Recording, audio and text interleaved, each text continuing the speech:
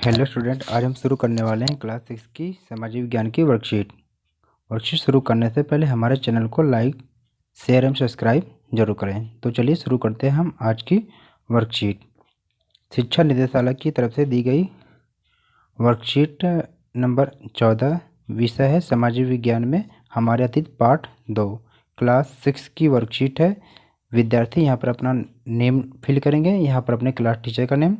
ये वर्कशीट जो है 13/11/2020 की वर्कशीट है। तो चलिए शुरू करते हैं हम आज की वर्कशीट। पशुपालन, भोजन, भंडारण और अस्थायी जीवन की ओर। आज की वर्कशीट में हम पढ़ने वाले हैं कि मानव ने किस तरह से पशुपालन की शुरुआत की और वो भंडार के रूप में भोजन को किस तरह से वो इकट्ठा किए, और अगली फसल की बुवाई के लिए भी उन्होंने बीजों का भंडारण किस प्रकार किया, और मानव ने किस तरह से अस्थायी जीवन की ओर अग्रसर हुए, इस वर्कशीट में हम पढ़ने वाले हैं। तो चलिए शुरू करते हैं हम आज की वर्कशीट। आज की वर्कशीट हमारी काफ़ी इंटरेस्टिंग होने वाली है, तो सभी विद्यार्थी बहुत ही ध्यान से सुनेंगे। हजारों साल के दरमियान मानव ने धीरे धीरे पशुपालन और खेती को अपना लिया था। मानव क्या किया, वो धीरे धीरे खेती करने लगा और जानवरों को पालने लगा, जिससे क्या है वो पशुपालन और खेती को धीरे धीरे वो अपनाने लग गया। दूध और मांस प्राप्त करने के लिए उसने पशुपालन शुरू किया। किसके लिए? दूध और मांस के लिए जो उन्होंने पशुपालन की शुरुआत की। जो भोजन का एक अच्छा स्रोत है, जो पशु होते थे ये दूध और मांस का एक अच्छी तरह से ये स्रोत थे। वास्तव में जो पशुपालन है ये चलता फिरता क्या है, खाद्य भंडार है। जो पशुपालन के द्वारा जो पशु होते थे ये दूध और मांस का एक अच्छी तरह से ये भंडार होते थे, जो एक चलते फिरते जो खाद्य भंडार भी थे।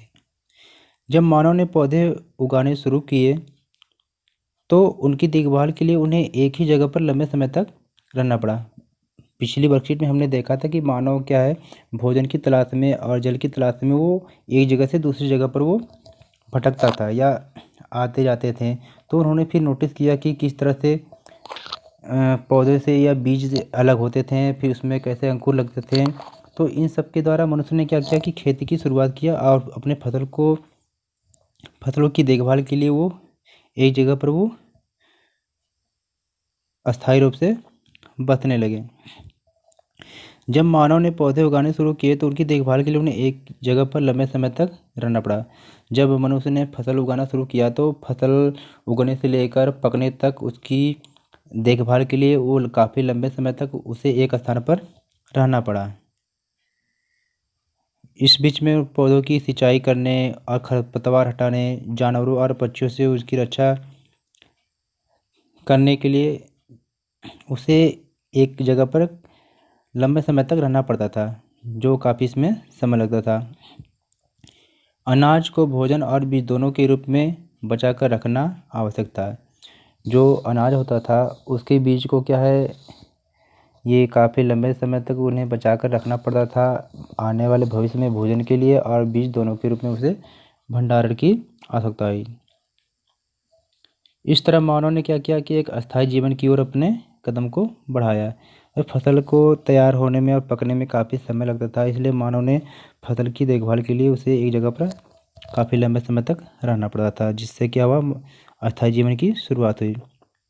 पुरातत्वविदों को कुछ स्थलों पर क्या है झोपड़ियाँ और घरों के निशान मिले। ये जो खुदाई के द्वारा इन्हें कुछ अवशेष मिले हैं, जिससे पता चलता था कि यहाँ पर झोपड़ियों और घरों के निशान मिले हैं।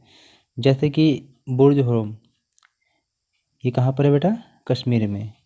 यहाँ के लोग क्या है, गड्ढे के नीचे घर बनाते थे, जिनको हम क्या बोलते हैं, गर्तवास। तो हमारा यहाँ पर एक क्वेश्चन भी बन जाएगा, अगर आपसे ये पूछे कि गर्तवास क्या होता है तो आप यहाँ पर बता सकते हैं कि बुर्ज होम में मतलब कि ज़मीन के अंदर जो गड्ढे में लोग घर बनाते थे उसे हम गर्तवास बोलते थे। इनमें नीचे उतरने के लिए सीढ़ियाँ होती थी। इन घरों में उन्हें क्या ठंड के मौसम में सुरक्षा मिलती होगी। किसमें बेटा? बुर्ज होम में। आइए हम देखते हैं नेक्स्ट पैराग्राफ को। इस प्रकार इसी तरह का एक जो है मेहरगढ़, ये मेहरगढ़ बेटा कहाँ पर है? जो वर्तमान समय में पाकिस्तान में है।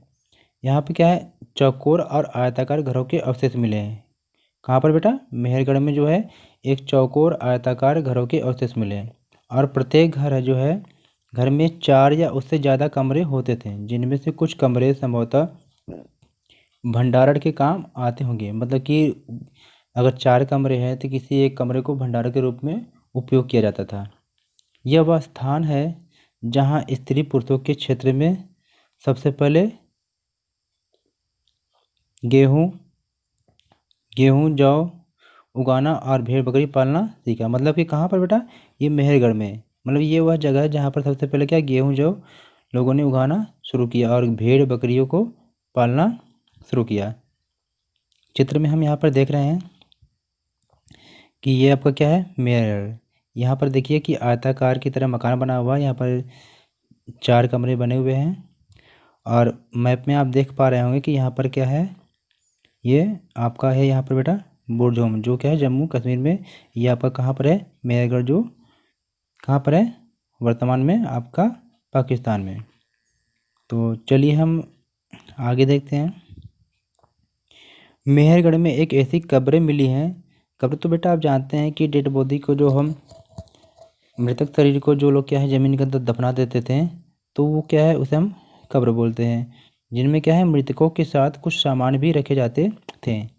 अब ये सामान क्यों रखे जाते थे? एक कब्र में मृतक के साथ एक बकरी को भी दफनाया गया। शायद इसलिए दफनाया गया हो कि लोगों की आस्था थी कि मृत्यु के बाद भी जीवन होता है। लोगों को आस्था थी या विश्वास था कि मरने के बाद भी जीवन संभव है। आई होप हमने इस वर्कशीट को बहुत अच्छी तरीके से देखा कि बुर्जहुम क्या है और मेहरगढ़ में मकान कैसे होते थे आयताकार, या लोगों ने अस्थायी जीवन की शुरुआत कैसे किया। तो चलिए हम क्वेश्चन की तरफ बढ़ते हैं। हमारा जो पहला क्वेश्चन है, शिकारी मानव के लिए पशुपालन इतना ज़्यादा महत्वपूर्ण क्यों हो गया?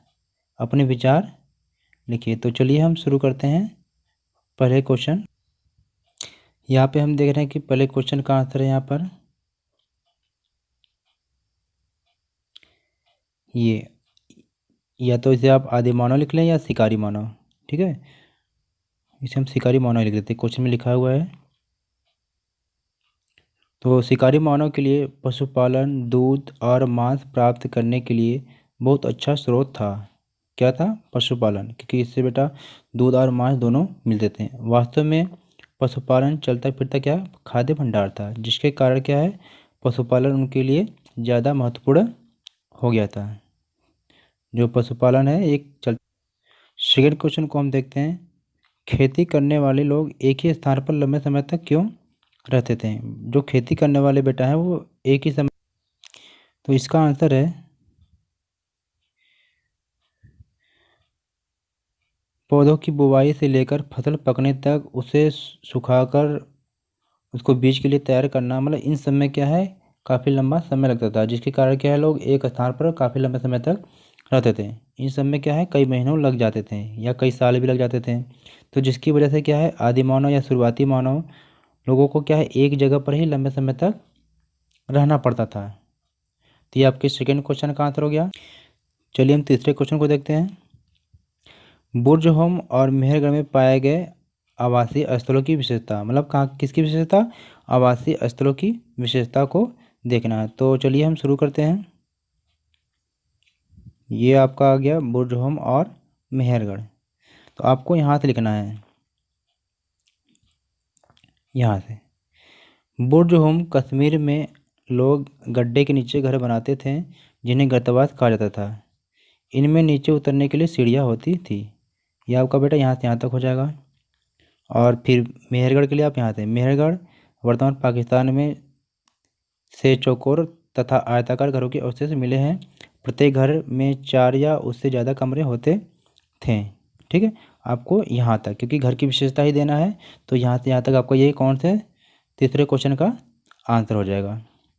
तो चलिए हम थर्ड क्वेश्चन को हम देखते हैं कि यहाँ पर आपको देना है कि बुर्जहुम और मेहरगढ़ में पाए गए आवासीय स्थलों की विशेषता लिखिए। तो चलिए हम देखते हैं। यहाँ पर दिखाया गया है कि बुर्जहुम यहाँ से आपको देना है कि बुर्ज कश्मीर में क्या है, लोग गड्ढे के नीचे घर बनाते थे जिन्हें गर्तवास कहा जाता था। इनमें नीचे उतरने के लिए सीढ़ियाँ होती थी यहाँ से यहाँ तक। अब मेहरगढ़ के लिए आपको यहाँ से मेहरगढ़ जो वर्तमान पाकिस्तान में स्थित है, ये चौकोरे और आयताकार घरों के अवशेष मिले हैं। प्रत्येक घर में क्या है, 4 या उससे ज़्यादा कमरे होते थे।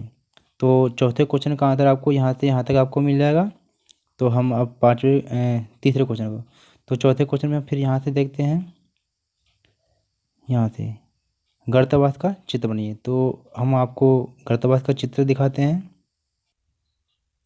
बेटा आप यहाँ पर देख पा रहे होंगे कि ये आपका एक तरह से गर्तावास का चित्र है कि लोग ज़मीन के अंदर कहते हैं गड्ढे में एक रहने के लिए मकान बनाते थे अपने। तो ये आपका क्या है, गर्तावास। तो ये आपका फोर्थ क्वेश्चन का आंसर हो जाएगा। आई होप आपने वर्कशीट को बहुत अच्छी तरीके से किया। Okay bye.